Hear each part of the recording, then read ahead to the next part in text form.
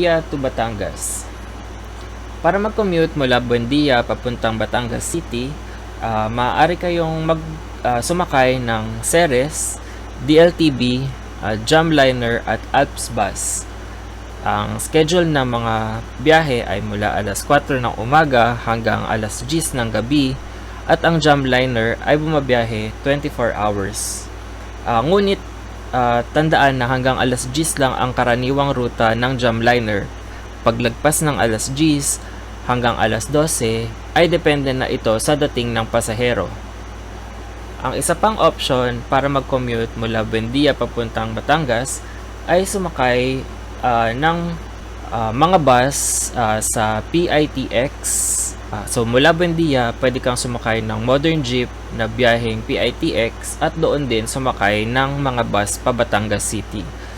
Ang mga bus na Batangas City ay dediretso sa Batangas Pier. So ang pamasahe papuntang Batangas City ay nasa 250 pesos, samantalang ang papuntang Batangas Pier nasa 268 pesos.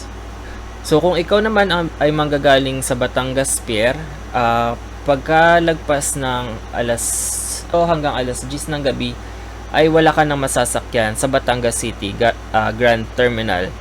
So pwede kang sumakay ng mga bus sa Batangas City Grand Terminal papuntang Batangas Pier at mag-antay sa mga bus ng Ceres Liner na papuntang Cubao.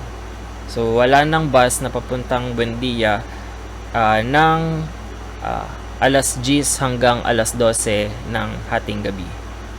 So gaano ba katagal ang biyahe mula Buendia patungong Batangas Pier? So tignan natin sa mapa. So kung kayo ay sasakay ng bus, aabutin ng 2 hanggang 3 oras ang biyahe papuntang Batangas Pier. Dadaan ang bus sa Turbina, sa Lipa City Tambo Exit at sa Batangas City Grand Terminal bago dumating sa Batangas Pier. Next question.